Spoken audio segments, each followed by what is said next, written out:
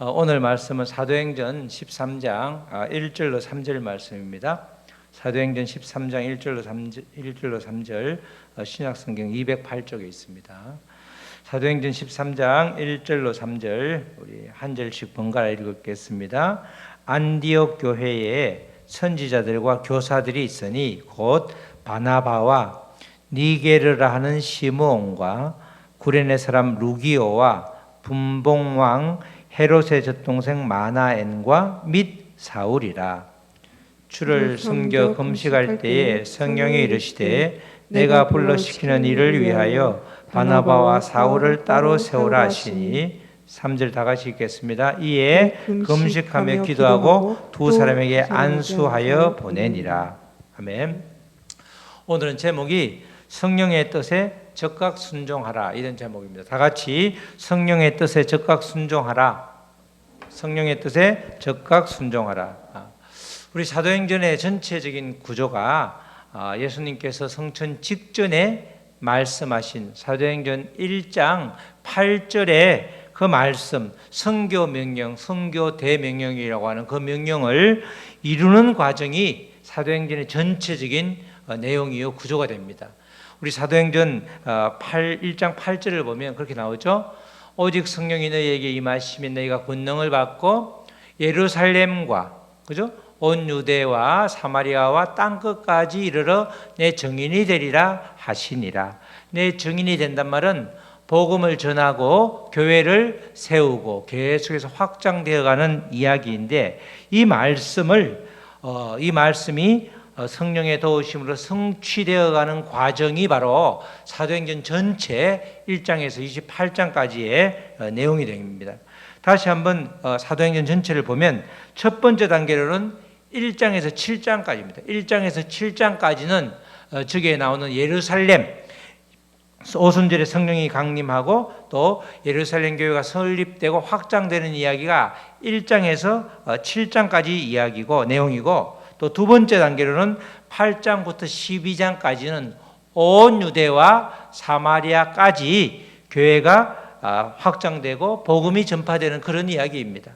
그리고 오늘 보게 될 이제 13장부터 28장 끝까지는 안디옥에서부터 로마까지, 그 당시에 땅끝이 로마이기 때문에 또는 스페인 로마이기 때문에 로마까지 복음이 확장되고 또 교회가 세워지는 그 내용이 이제 13장부터 28장까지 내용입니다. 그러니까 전체가 1장부터 28장까지 전체가 사도행전 1장 8장에서 말씀하시는 예수님께서 성천 직전에 말씀하시는 성교 대명령이라고 하는 이 예루살렘과 또 온 유다와 사마리아와 땅끝까지 이르러 내 증인이 되리라, 그 말씀이 성취되는 그런 내용이 바로 이 사도행전 전체 내용이 되죠. 특별히 세 번째 단계에서 중요한 고리 역할을 하는 교회가 바로 오늘 보게 되는 안디옥 교회입니다. 안디옥 교회. 안디옥 교회라는 것은 안디옥이라고 하는 그 이방 지역에 세워진 최초의 이방인 교회입니다. 이방인 교회.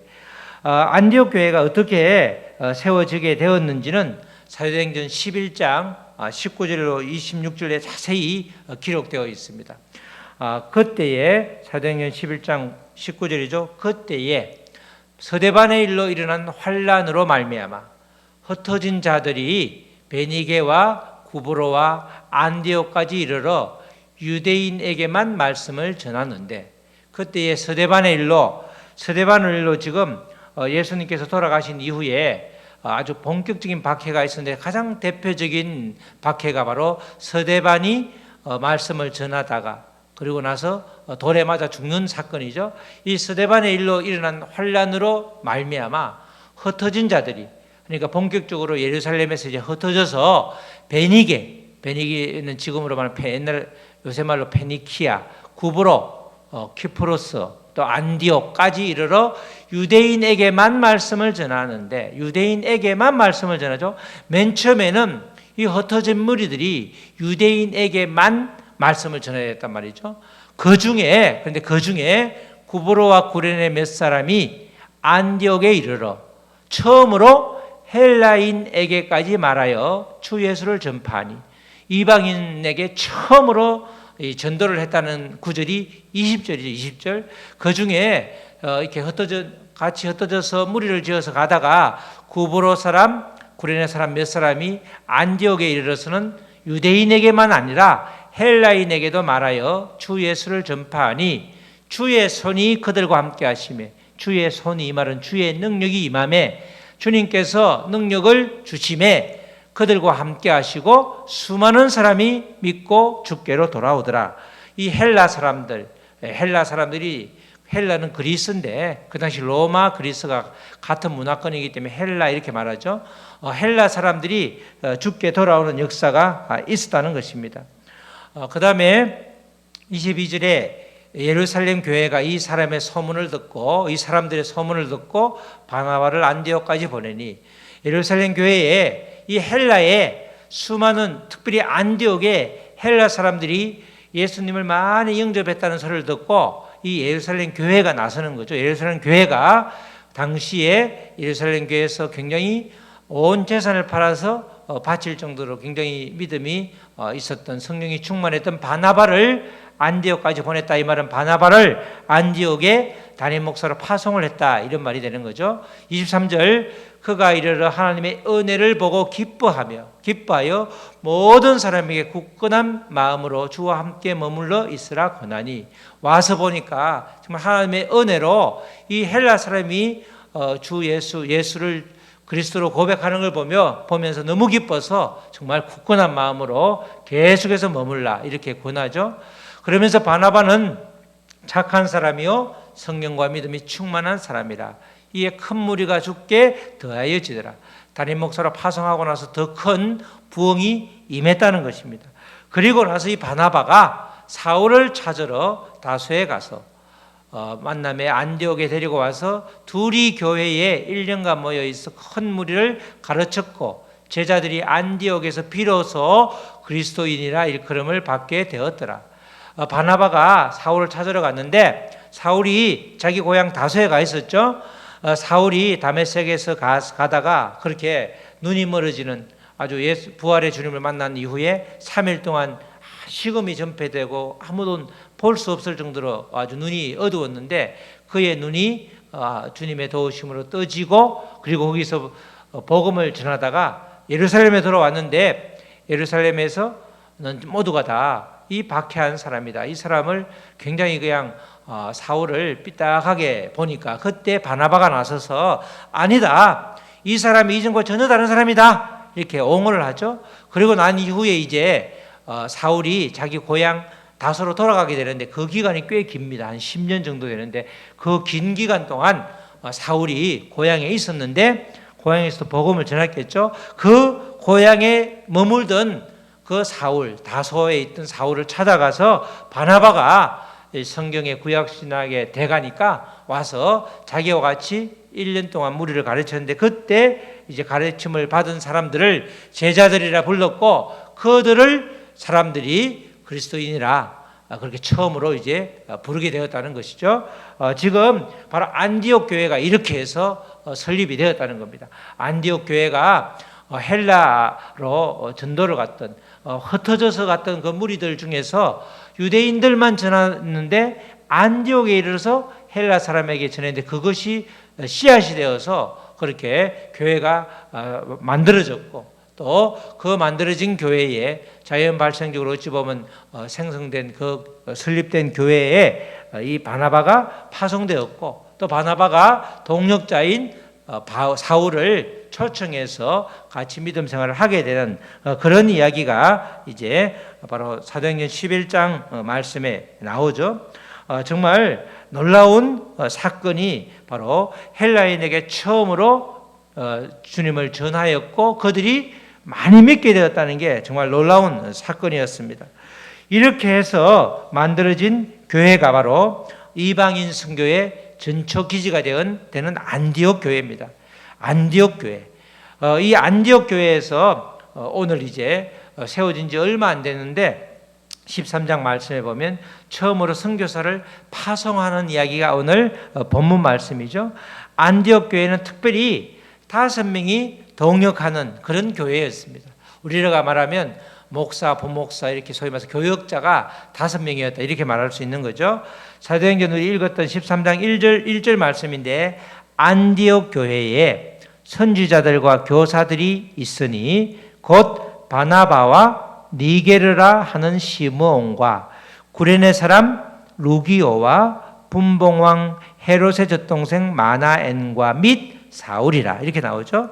안디옥 교회는 선지자들과 교사들이 있었는데 이 선지자들은 요새로 말하면 설교자, 교사들은 성경학자, 신학자, 성경을 굉장히 많이 알고 있는 사울과 같은 사람이죠. 이런 사람들이 있었었는데 다시 말해서 교회를 중심으로 섬기는 그런 교역자들이 있었는데 곧 바나바를 비롯해서 5명이 나오죠. 이 원래 이 당시 헬라 지역에서는 사람의 이름을 나열을 할 때 아주 중요한 일을 하는 사람부터 이름을 쭉 나열을 했다는 거죠.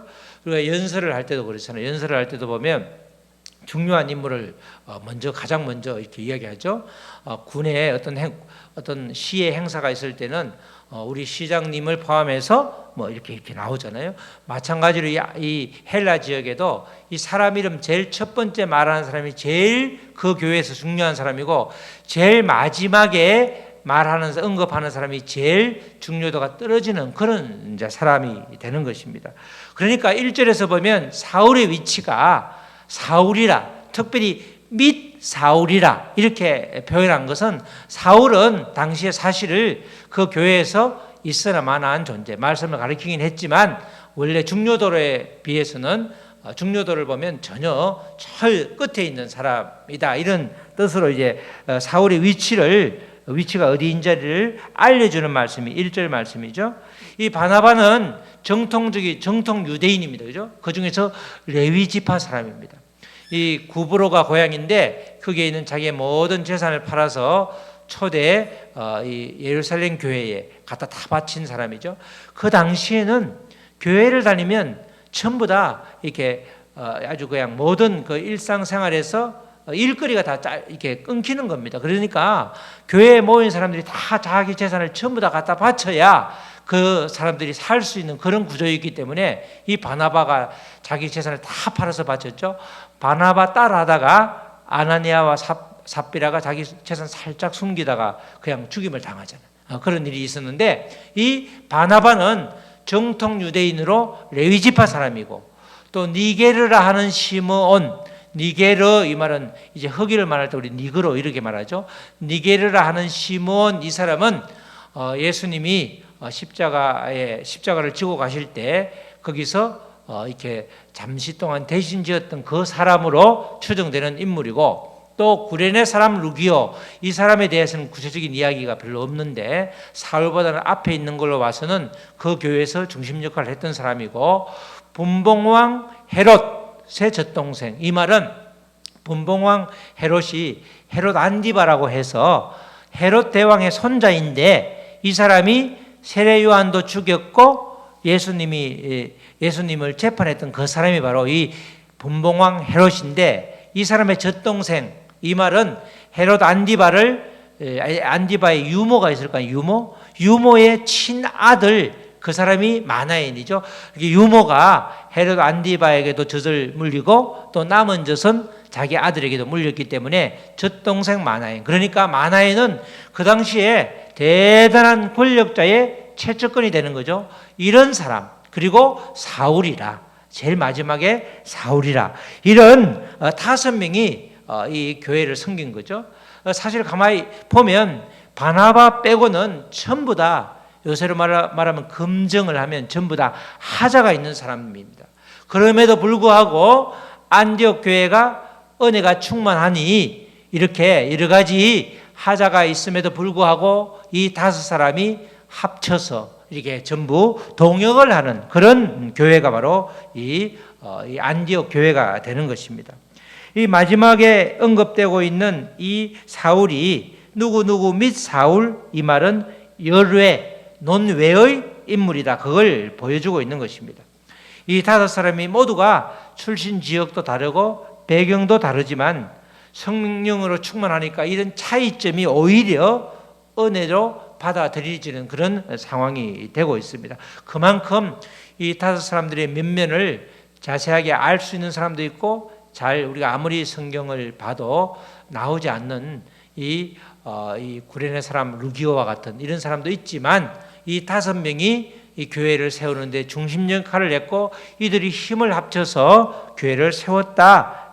그래서 이 안디옥 교회는 성령으로 충만한 교회다. 그걸 이 1절에서 보여주고 있는 것입니다.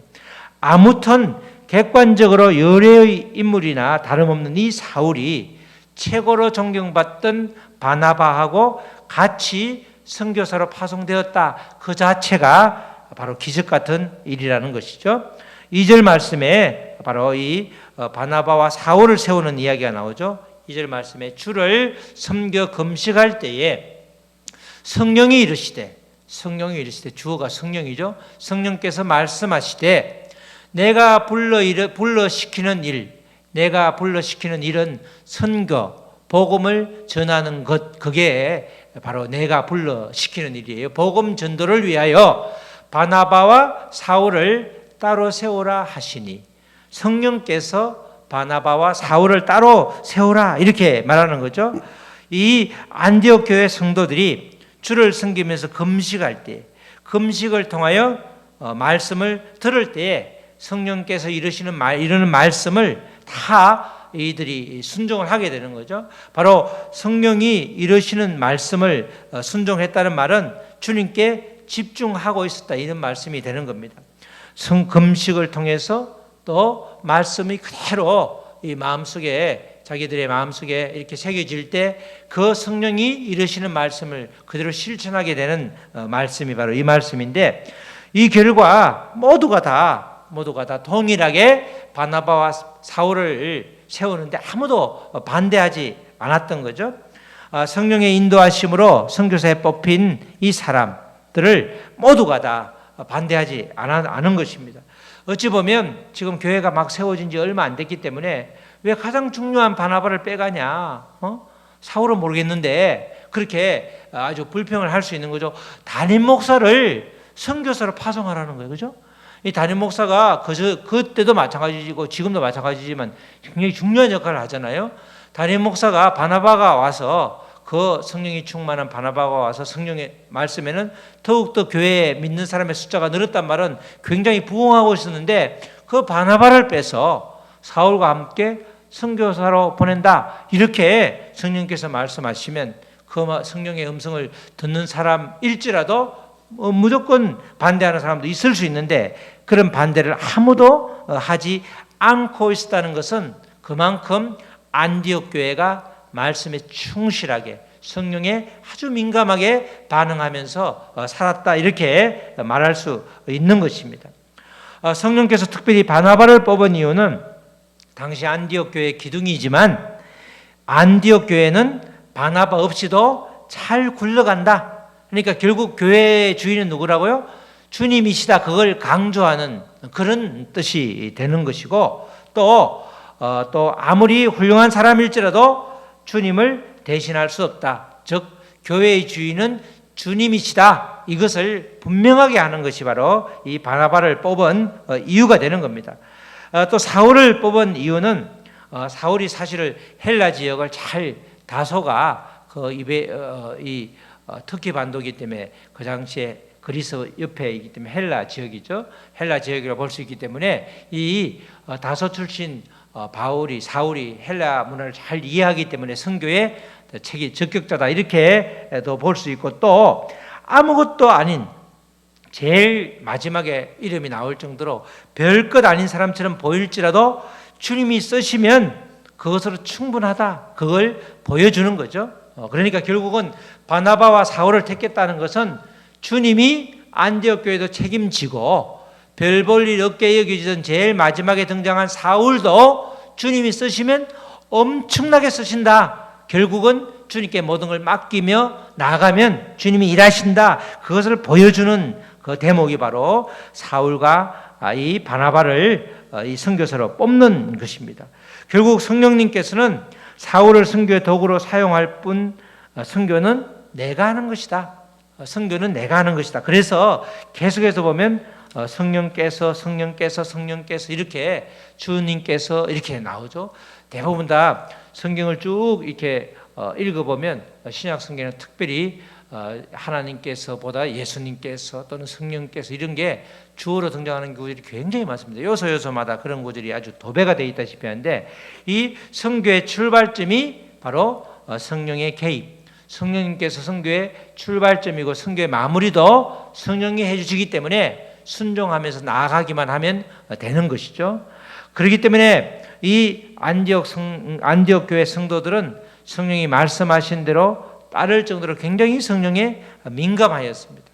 성령에 민감하면 우리가 성령의 말씀을 적극적으로 순종하게 되는데, 민감하지 않으면, 다시 말해서 둔감하면 이것이 성령이 이렇게 인도하시는 건지 아니면 내 의지가 발동한 건지 구분이 안 될 때가 있는 거죠. 그래서 우리가 성령에 민감한 것은 우리 모두에게, 현대를 사는 지금 우리 믿음의 성도들에게 모두에게 다 필요한 것입니다. 은혜롭지 못한 교회는 지도부를 사정없이 흔들어대는 교회죠. 이 안디옥 교회는 충분히 흔들 수 있는 그런 여지가 굉장히 큰 교회였죠. 이 5명의 동역자라고 하는 이 소위 말해서 5명이 어찌 보면 공동 목회를 한 셈인데, 하나같이 바나바를 지은 하나같이 이렇게 들추어 보면 여러 가지 유대인도 아니고 출신 지역도 전혀 유대가 아닌 사람도 있고, 또 여러 가지 이 헤롯 대왕의 손자 헤롯 안디바의 최측근과 다름없는 저 젖동생도 전혀 어울리지 않는데, 그런 사람들이 전혀 우리 교회하고 흠이 많기 때문에 안 된다라고 흔들어대면 그 흠을 보기 시작하면 정말 성령의 음성이 전혀 들리지 않게 되는 것이죠. 그러나 성령에 민감하니까 그렇게 흠이 많은 사람들이 다 수용이 되고 그들의 지도에 따를 수 있는 그런 교회가 된 것입니다. 사실 교회뿐만 아니라 우리가 속해 있는 가정과 일터도 마찬가지죠. 적당히 이렇게 은혜롭게 살자 이렇게 말하는 것이 적당히 넘기라는 것이 아니라 하나됨을 위해서 매사에 사랑으로 이렇게 매사에 사랑으로 대하라는 거죠. 가정에서도 우리가 얼마나 불란해지가 부부간에도 마찬가지고 이 자녀간에도 부모 자녀간에도 마찬가지입니다. 이게 의견이 일치하지 않을 때가 많죠. 내 생각과 다를 때가 많은 것입니다. 그러나 하나됨을 위해서 우리가 그 다름을 성령의 민감함으로 이렇게 메꾸어 주면 얼마든지 넘어가고 온전히 사랑으로 하나 될 수 있는데, 그렇지 못한 경우에는 여전히 내가 성령에 민감하지 않구나, 내가 내 의지대로 살고 있구나, 이것을 우리가 진단할 수 있는 것입니다. 마찬가지로 직장도 마찬가지고 우리가 속해 있는 모든 삶의 자리에서 이것이 성령에 민감한 것이 믿음의 사람에게는 반드시 필요한 것입니다. 이렇게 세워진 두 사람을 위해서 오늘 기도와 금식으로 이제 파송을 하게 되는데, 3절 말씀이죠. 우리 3절 말씀 다 같이 한번 읽겠습니다. 시작. 이에 금식하며 기도하고 두 사람에게 안수하여 보내니라. 여기서 이에란 말은 바로 그때에 즉시 이렇게 즉시 성령님께서 바나바와 사울을 세우라, 이렇게 복음 전파, 내가 원하는 일, 내가 시키는 일, 즉 선교를 위해서 세웠는데 그들을 이렇게 파송해라라고 했을 때 그들이 바로 그때에 성령의 지시가 있자마자 금식하며 기도하고 두 사람에게 안수하여 보내니라, 이렇게 말씀을 하고 있습니다.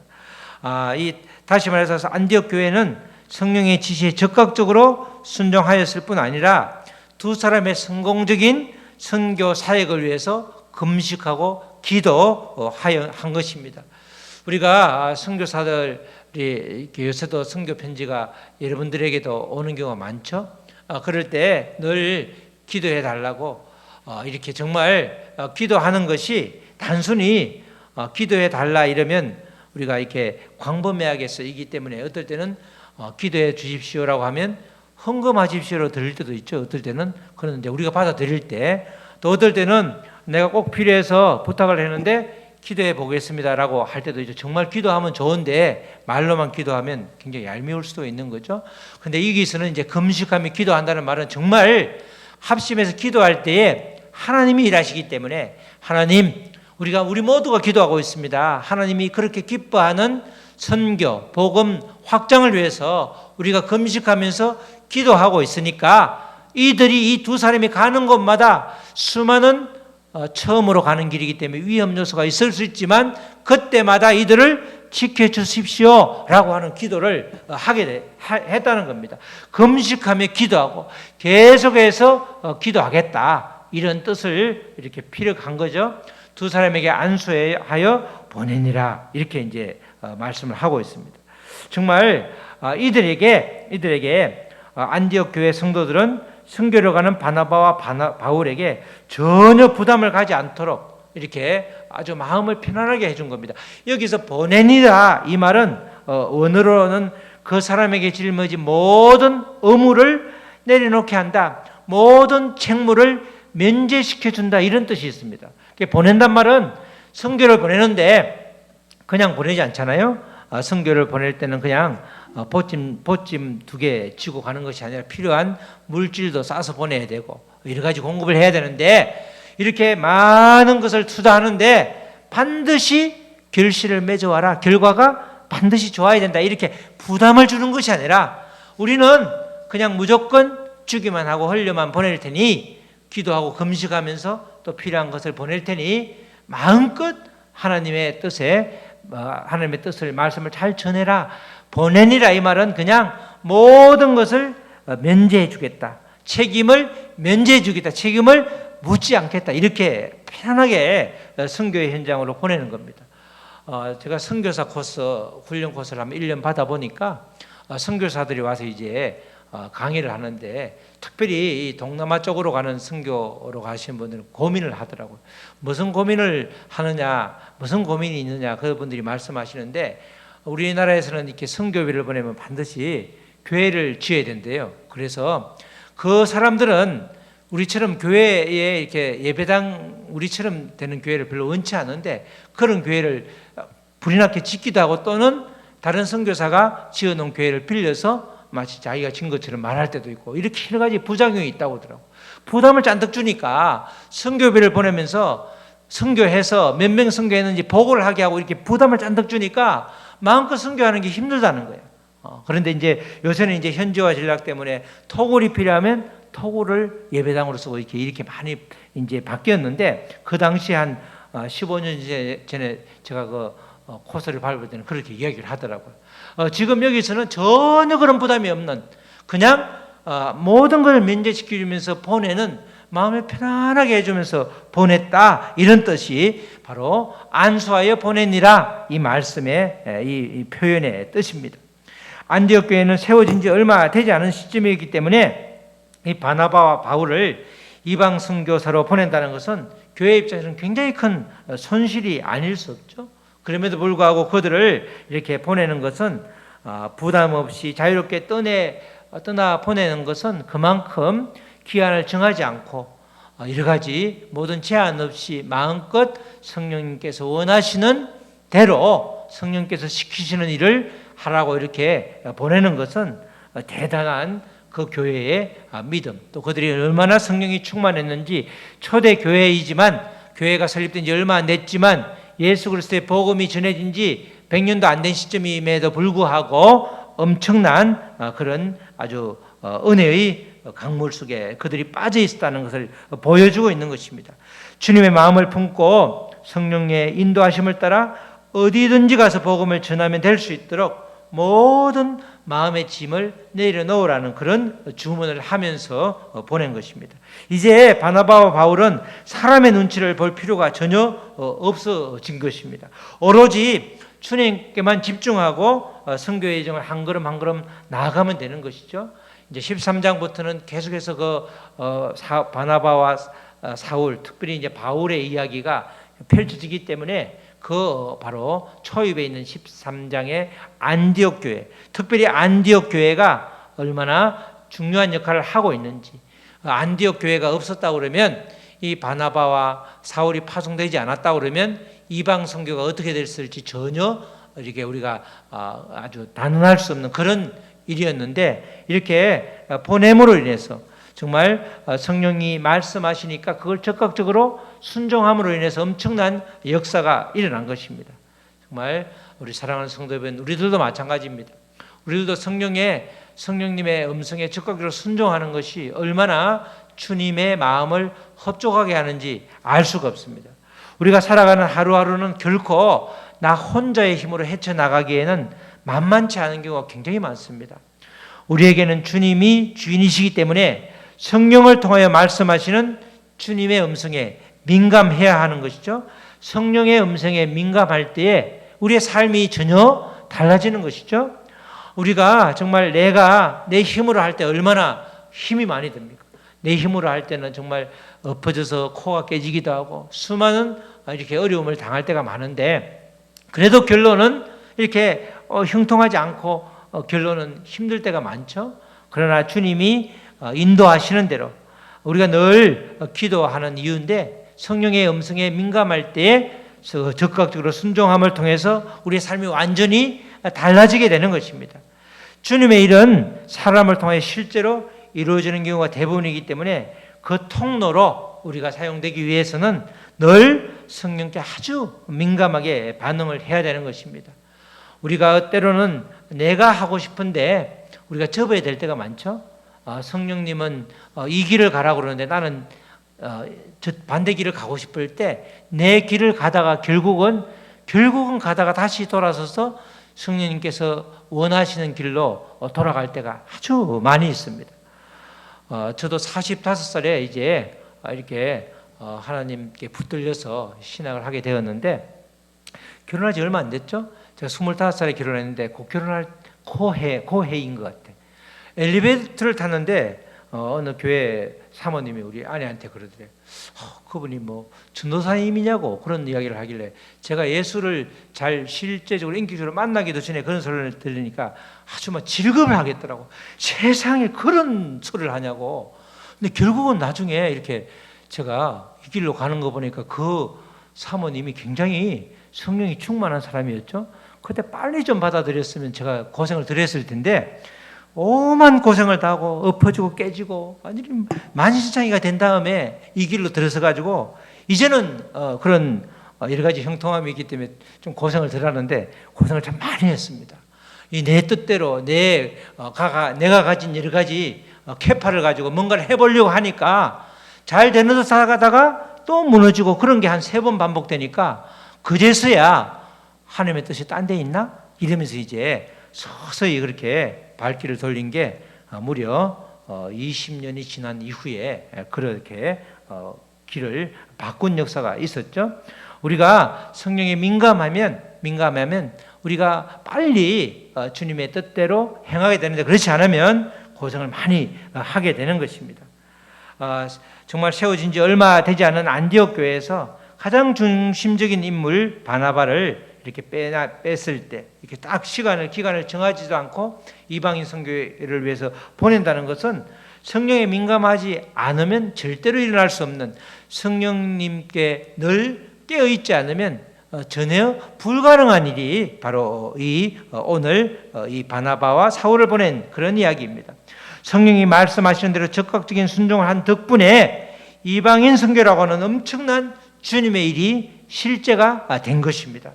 우리도 마찬가지입니다. 우리 모두가 다 이 성령에 민감하면 적극적으로 반응을 하게 되는데, 둔감하면 이게 성령님께서 하시는 이야기인지 아니면 뭐 누가 이야기하는지 잘 모르기 때문에 미적미적거리다 보면 그냥 지나가 버리게 되는 거죠. 근데 여기는 안디옥 교회 성도들은 즉시 금식하고 기도하면서 두 사람에게 안수하여 보내니라, 이렇게 바로 순종할 때 이 안디옥 교회도 하나님이 책임져 주셨고, 그 다음에 이 바나바와 사울도 하나님이 전적으로 책임져 주셨기 때문에 선교 여행을 1차, 2차, 3차에 걸쳐서 계속해서 선교 여행을 갈 수 있었고, 실제로 그로 인해서 수많은 교회가 세워졌고 헬라 지역과 로마 지역까지 복음이 전파되었고, 그 복음이 오늘날 저와 여러분들께까지 이렇게 미치게 된 것입니다. 성령에 민감해서 적극적으로 순종하지 않았으면 그런 일이 절대 일어나지 않았을 텐데 적극적으로 순종함으로 인해서 하나님의 일이 이루어진 것입니다. 우리 모두 성령의 뜻을 민감하게 분별하면서 정말 적극적으로 순종함으로써 주님의 일을 하게 되고 또 주의 일을 통해서 기쁨이 되는, 그래서 우리 모두가 다 행복자가 되는 저와 여러분 되시기를 주님의 이름으로 축원합니다. 아멘. 우리 찬양하시고 말씀 붙들고 기도하시겠습니다. 오늘 파송하는 바나바와 사울을 통해서 이 안디옥 교회가 얼마나 성령의 뜻에 적극적으로 순종하였는지, 그것으로 인해서 정말 주님이 기뻐하시는 일이 이루어졌는지를 보았습니다. 하나님, 우리도 성령의 뜻에 적극적으로 순종하는 성령에 민감한 우리가 될 수 있도록 도와주시옵소서. 그리하여 주의 뜻을 이루는 이 땅에서의 삶이 되게 하여 주시옵소서. 다 같이 소리내어 잠시 기도하겠습니다. 하나님 아버지 감사합니다. 하나님 아버지 감사합니다. 오늘 아버지 우리 안디옥 교회가 처음으로 설립되어서 그 5명의 동역자가 있었지만 그 중에 제일 중심되는 바나바를 빼고 또 아버지 말씀을 잘 가리키는 사울을 빼서 아버지 선교사로 파송하라는 성령의 아버지 임하심이 있었습니다. 성령님께서 이르시되 그렇게 하라고 했을 때에 모든 성도가 기도와 금식으로 적극적으로 순종함으로 인해서 이들을 아버지 변함없이 편안하게 아버지 마음껏 아버지 지원해 주면서 그들에게 어떠한 제한도 어떠한 아버지 여러 가지 부탁도 하지 않고 오로지 아버지 성령께서 기뻐하시는 일만 할 수 있도록 그들에게 아버지 힘을 아버지 실어 주었습니다. 아버지 성령님께 아버지 순종하면 아버지 이런 일이 벌어지는 것입니다.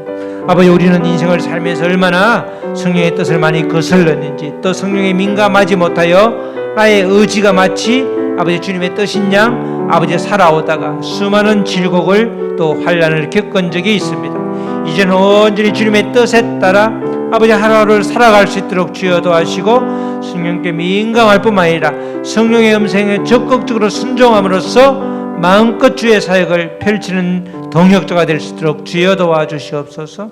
하나님 아버지 감사합니다. 성령의 뜻에 더욱더 민감할 수 있도록 우리들을 깨끗하게 아버지 말씀으로 씻어 주시옵소서.